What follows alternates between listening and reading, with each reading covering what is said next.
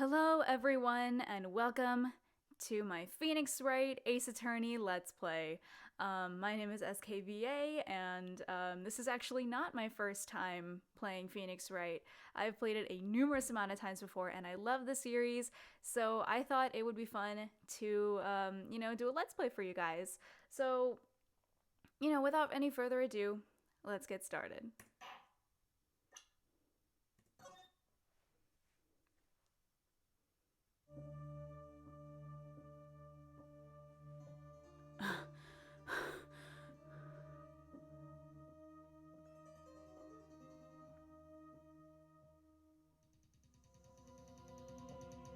Damn it! Why me? I can't get caught. Not like this. I've got to find someone to pin this on. Someone like him. I'll make it look like he did it. Ooh-hoo-hoo-hoo-hoo. August 3rd, 9:47 a.m., District Court, Defendant Lobby Number 2. Boy, am I nervous. Right. Oh, hiya, Chief. Yeah, I'm glad I made it on time. Well, I have to say, Phoenix, I'm impressed. Not everyone takes on a murder trial right off the bat like this. It says a lot about you, and your client as well. Thanks. Actually, it's because I owe him a favor. A favor?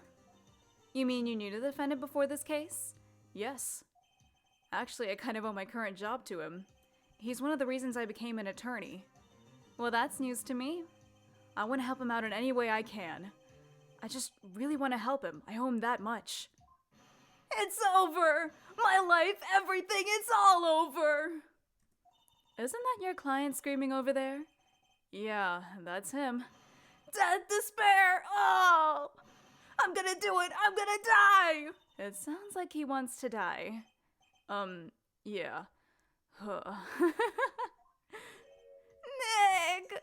Hey there, Larry. Dude, I'm so guilty! Tell them I'm guilty! Give me the death sentence, I ain't afraid to die! What's wrong, Larry? Oh, it's all over! I'm finished! I can't live in a world without her, I can't! Who took her away from me, Nick? Who did this? Ah, Nick, you gotta tell me! Who took my baby away? The person responsible for your girlfriend's death? The newspapers say it was you.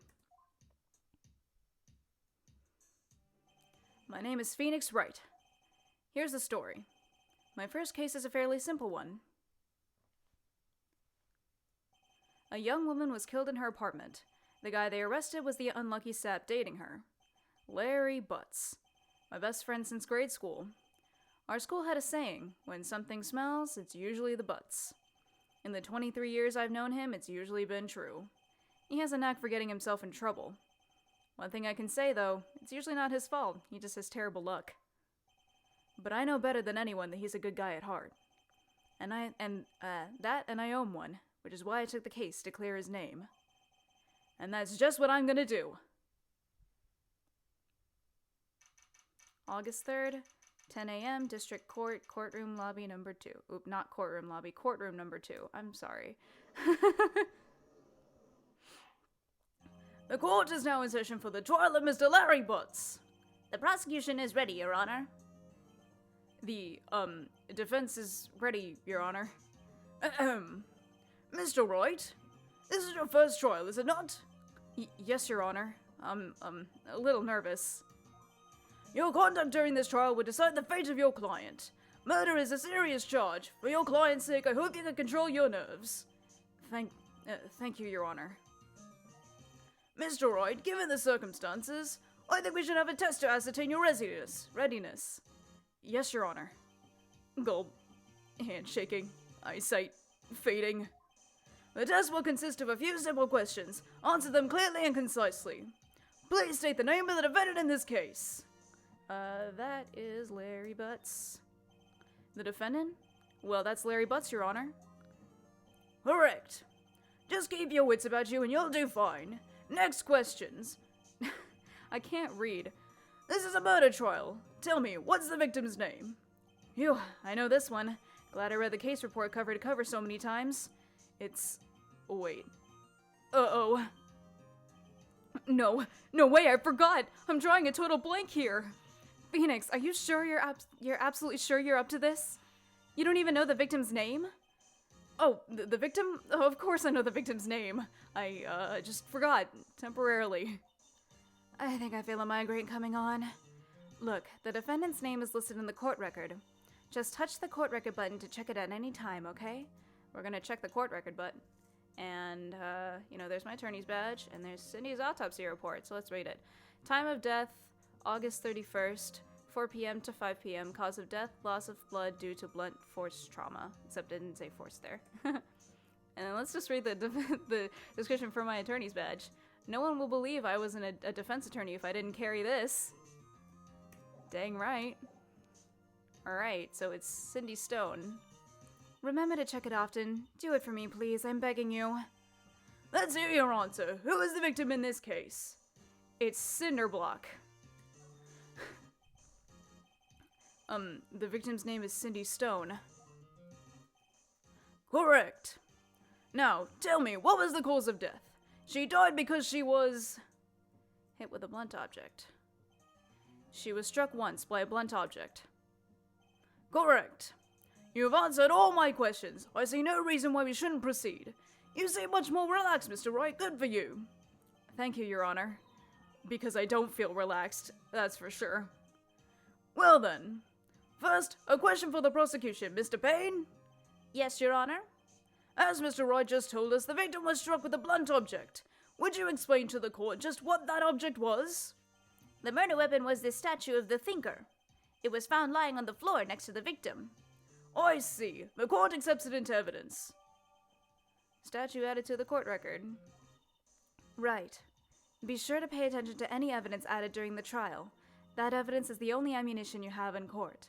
Touch the court record button to check the court record frequently. Well, let's go ahead and do it now and just check what the statue says.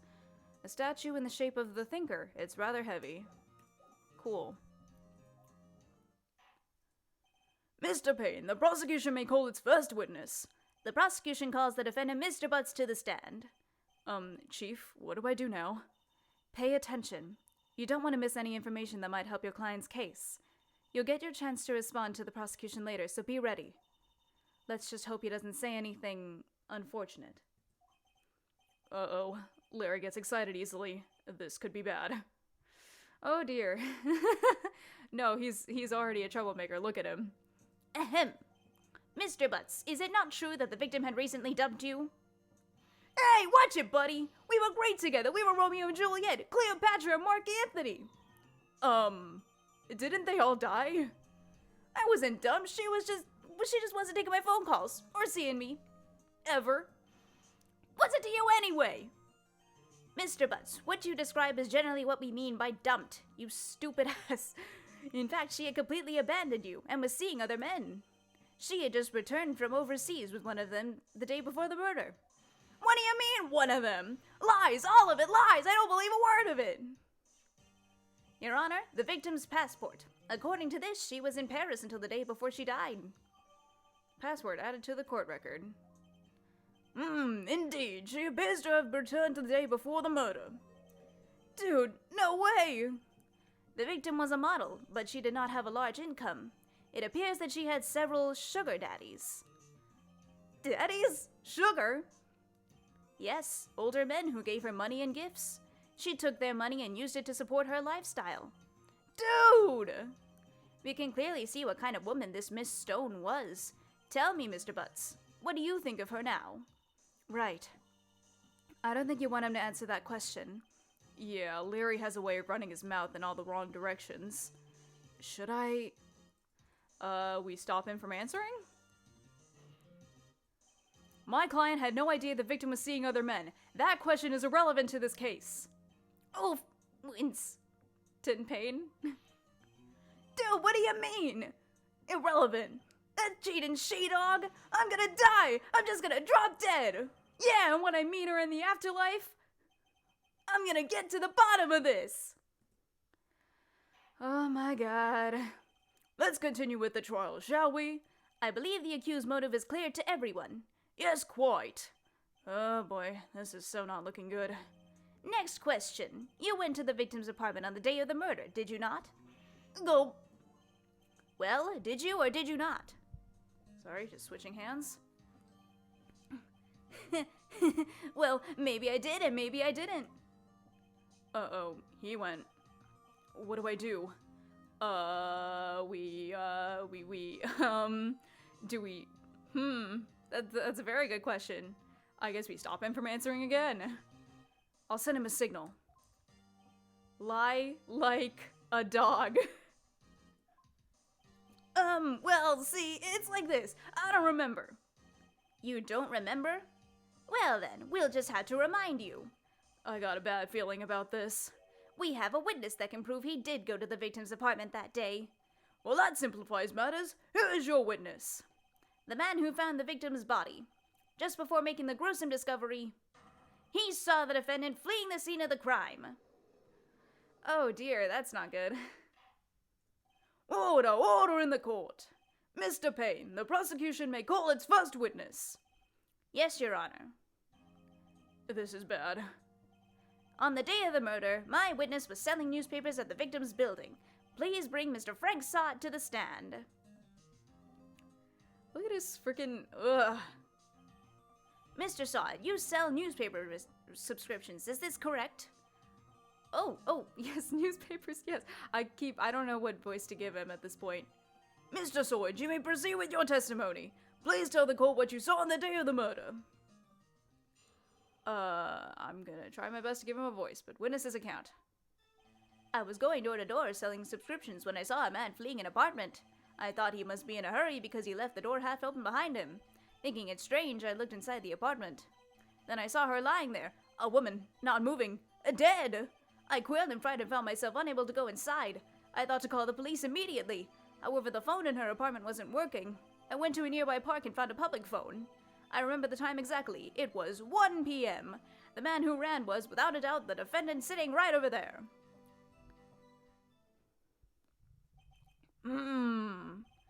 Larry, why didn't you tell the truth? I can't defend you against a testimony like that. Incidentally, why wasn't the phone in the victim's apartment working? Your Honor, at the time of the murder, there was a blackout in the building. Aren't phones supposed to work during a blackout? Yes, Your Honor. However, some cordless phones do not function normally. The phone that Mr. Sott used was one of those. Your Honor, I have a record of the blackout for your perusal. Blackout record added to the court record. Now, Mr. Wright. Yes, Your Honor. You may begin your cross-examination. Cross-examination, Your Honor? What the frick is that? All right, this is it. The real deal. What exactly am I supposed to do? Why, you expose the lies in the testimony the witness just gave. Lies? What? He was lying? Your client is innocent, right? Then that witness must have lied in his testimony. Or is your client really guilty? How do I prove he's not? You hold the key. It's in the evidence. Compare the witness's testimony to the evidence at hand. There's bound to be a contradiction in there. First, find contradictions between the court record and the witness's testimony. Then, once you've found the contradicting evidence, present it and rub it in the witness's face. Okay. Touch the court record button and point out contradictions in the testimony. All right.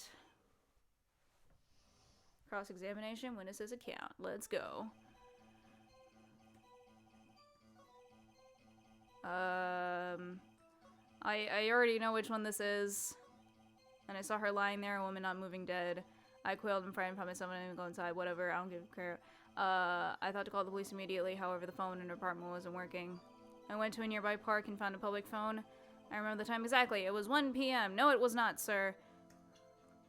I think here you have to present the autopsy report because the time was 4 p.m. to 5 p.m. So let's go ahead and do that. Objection. You found the body at 1 p.m. You're sure? Yes, it was 1 p.m. for certain. Frankly, I find that hard to believe. Your statement directly contradicts the autopsy report. The autopsy notes the time of death at sometime after 4 p.m. There was no body to find at 1 p.m. How do you explain this 3-hour gap? His objection! This is trivial. The witness merely forgot the time. After his testimony, I find that hard to believe. Mr. Sawyer, why were you so certain that you found the body at 1 p.m.? Gee, that's a really good question. Great job, Wright. Way to put him on the spot. That's all you have to do. Point out contradictions. Lies always beget more lies. See through one, and their whole story falls apart. Oh, wait, I remember now. Would you care to give your testimony again? Witness testimony at the time of discovery. You see, when I found the body, I heard the time. There was a voice saying the time. It was probably coming from the television. Oh, but it was 3 hours off, wasn't it? I guess the victim must have been watching a video of a tape program. That's why I thought it was 1 p.m. Terribly sorry about the misunderstanding. Cap. I see. You heard a voice saying the time on a tape program. Mr. Wright, you may cross-examine the witness. Right. You know what to do. I've got this one. Cross-examination, the time of discovery. Alright. There's a voice saying the time. It was probably coming from the television. That is a lie. Sir, there was a blackout. Hold it right there. The prosecution has said there was a blackout at the time of the discovery. And this record proves it. Ugh. You couldn't have heard a television or a video. Ah! The defense has a point. Do you have an explanation for this, Mr. Sword? No, I find it quite puzzling myself, quite. But wait, I remember now. Mr. Sword? The court would prefer to hear an accurate testimony from the very beginning. These constant corrections are harming your credibility. And you seem rather distraught. My apologies, Your Honor. It must have been the shock of finding the body. Very well, Mr. Sword. Let's hear your testimony once more, please. Hearing the time. Actually, I didn't hear the time. I saw it. Come on, dude. There was a table clock in the apartment, wasn't there? Yeah, the murder weapon. The killer used it to hit the victim. That must have been what I saw. You dumb frick. You saw a clock? I guess that would explain it. The defense may cross-examine the witness. Gladly. You dumb frick. There was no table clock. The murder weapon is a statue. You're dumb. Come on. There was a table clock in the apartment. Yeah, the murder weapon. The killer used it to hit the victim. Gee. Oh, crap. Does that look like a table clock to you? No, it doesn't. Wait just a moment. The murder weapon wasn't a clock. It was this statue. Now, how is this supposed to be a clock? Wah! You with your objections and your evidence, just who do you think you are? Just answer the question, Mr. Sawt. Hey, I saw it there, okay? That's a clock. Your Honor, if I may. Yes, Mr. Payne? As the witness has stated, this statue is indeed a clock. The neck is a switch, you just tilt it and it says the time out loud. But he said it was a tablecloth and... Not tablecloth. A table clock and he saw it, but then you would have to twist the head to hear it. So it's like, it's still not a tablecloth. He's still lying. I see. So the murder weapon was a table clock after all. Well, Mr. Wright, it appears that the witness's testimony was correct. This is a clock. Do you have any problems with his testimony now? Yes. Your Honor, there is a gaping hole in the witness's testimony. The only way he could have known the weapon was a clock is to hold it in his hand, yet the witness testified that he never entered the apartment. Clearly a contradiction. Indeed. The witness knew it was a clock because he went into the apartment. Okay. You're lying. You were inside the apartment on the day of the murder. Oh yeah? Prove it. Prove I went in there. Oops, I'm sorry if that popped. Okay. I'm sorry. I'll do better than that. I can prove you were the one who killed her. You struck her with the clock, and the shock of the blow triggered the clock's voice. That was the sound you heard. Also, I'm sorry if I peek at any point. I'm really sorry. Order in the court. Intriguing. Please continue, Mr. Wright. Yes, Your Honor. Mr. Sawit, the sound must have left quite an impression on you. Understandable, since the murder weapon spoke just as you hit the victim. That voice was burned into your mind. That's why you were so certain about the time. What's the meaning of this? This is all baseless conjecture. Baseless? Just look at the witness's face.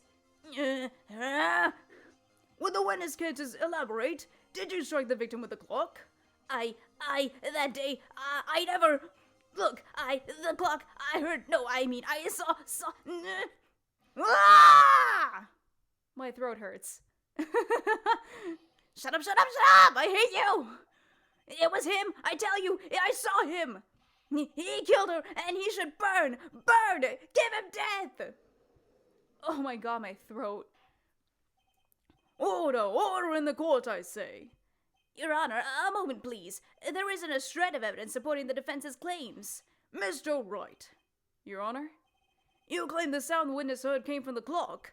Do you have any evidence? The whole case is riding on this. I better think through it carefully. Yes, Your Honor. The sound Mr. Sawit heard was definitely this clock. A fact which is clear if you simply examine the clock's batteries, ask the neighbors, try sounding the clock. Let's sound the clock now, here in this court. Your Honor, may I have the clock? I asked the court to listen very carefully. I think it's 8:25. That certainly isn't a strange way to announce the time. Well, he is the thinker, after all. So we've heard the clock. What are your conclusions, Mr. Wright? Mr. Payne, can you tell me what time it is now? It's 11:25. Ah! As you can see, this clock is exactly 3 hours slow, precisely the discrepancy between what Mr. Sawit heard and the actual time of death. So, Mr. Sawit, try to talk your way out of this one. You forgot one thing. Uh-oh, what's he talking about? While it may seem like the clock is running 3 hours slow, it proves nothing. How do you know it was running 3 hours slow on the day of the murder? If you can't prove that, you don't have a case. He's right. How am I gonna prove that? Damn it, I was so close. Mr. Wright? It seems you lack the critical evidence to support your claim. Yes, Your Honor. This means I cannot let you indict the witness. Unfortunately... No! This ends the cross-examination of Mr. Frank Sawit. I come all the way down here to testify, and look what happens. They treat me like a criminal! A criminal! You lawyers are all slime. Ugh, I almost had him. Sorry, Larry. I failed you. There's nothing I can do about it now. Not so fast, Mr. Sawit. Mia! Chief. Listen up, Wright. Don't throw this one away. Not like this. Think. But Chief, it's over. I can't prove the clock was slow the day of the murder. Nobody can prove that. Well, yes. But that doesn't mean you can't still win. Try thinking outside of the box. Don't waste time doubting the facts. Assume the clock was 3 hours slow and think through it. Ask yourself, why was the clock 3 hours slow? Figure out the reason and you'll have your proof. Right? Can you think of a reason as to why the clock would be 3 hours slow? Yes. Wait. Maybe I can prove it. You must have evidence somewhere that can prove it, right? Find it and let him have it. Well, Mr. Wright, you say the clock was already running slow on the day of the murder. Have you found evidence to support this claim? Of course. There's a piece of evidence in the court record that can prove my claim without a doubt. Ha! Tough words. Let's see you pull this one off. Let's see this evidence that proves why the clock was running slow. It's because the victim just came back from Paris. So, yeah, I guess that's it. Oops. Wrong button. The victim had just returned home from abroad the day before the murder. As we all know, the time difference between here and Paris is 9 hours. When it's 4 p.m. here, it's 1 a.m. the next day there. The clock wasn't 3 hours slow, it was 9 hours fast. The victim hadn't reset her clock since returning home. That's why the time you heard when you struck her dead in her apartment was wrong. Proof enough for you, Mr. Saw It, or should I say, Mr. Did It? Oh.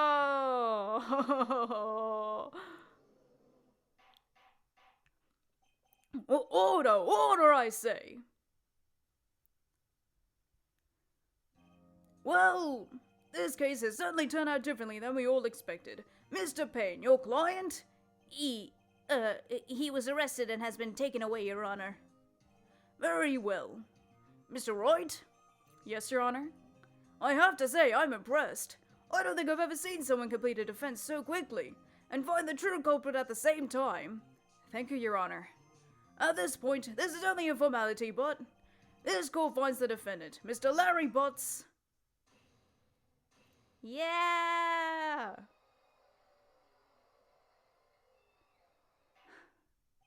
And with that, the court is adjourned. Hooray! We did it! Turns out that Frank Saw was a common burglar. He posed as a newspaper salesman to check and see when people were out of the house. That day, when Larry went to her apartment, the victim wasn't home. After he left, Mr. Saw had let himself in to do his dirty work. While he was searching her place, the victim returned. Flustered, Mr. Saw had grabbed the nearest blunt object he could find.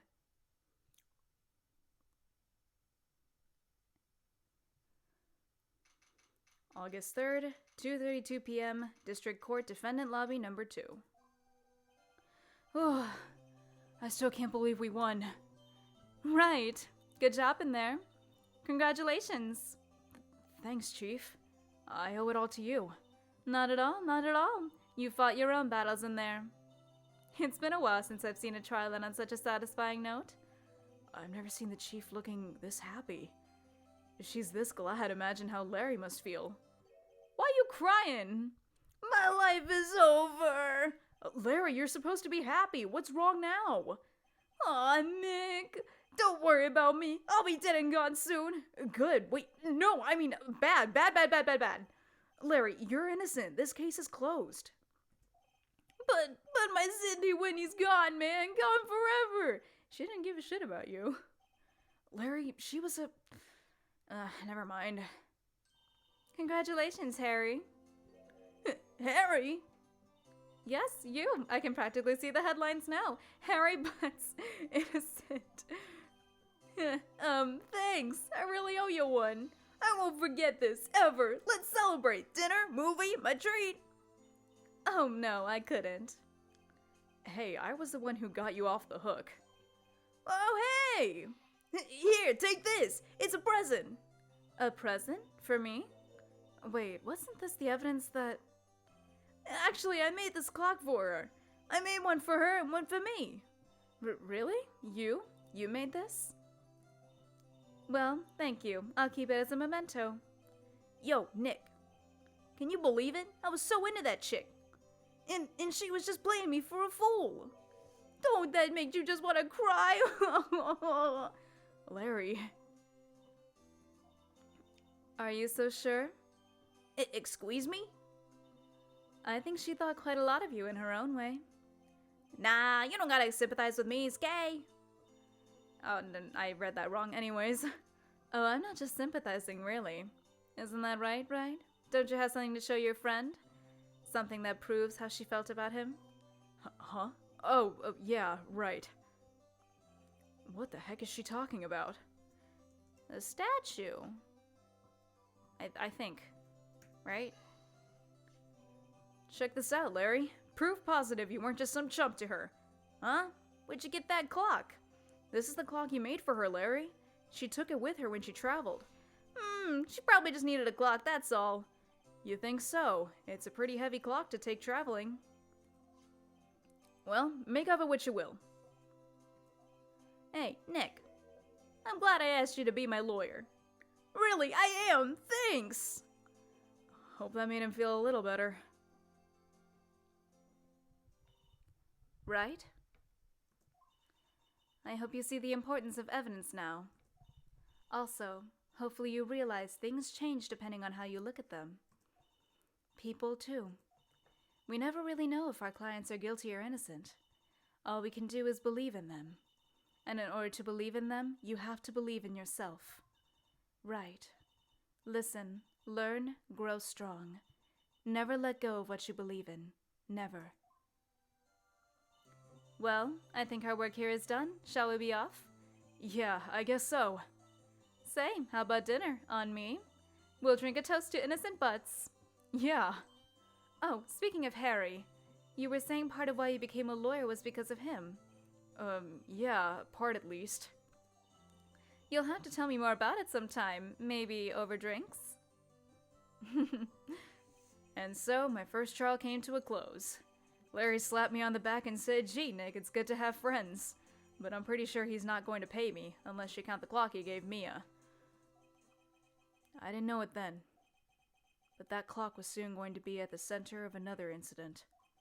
And my promise to tell the chief about me and Larry would be one promise that I wouldn't be able to keep. The end.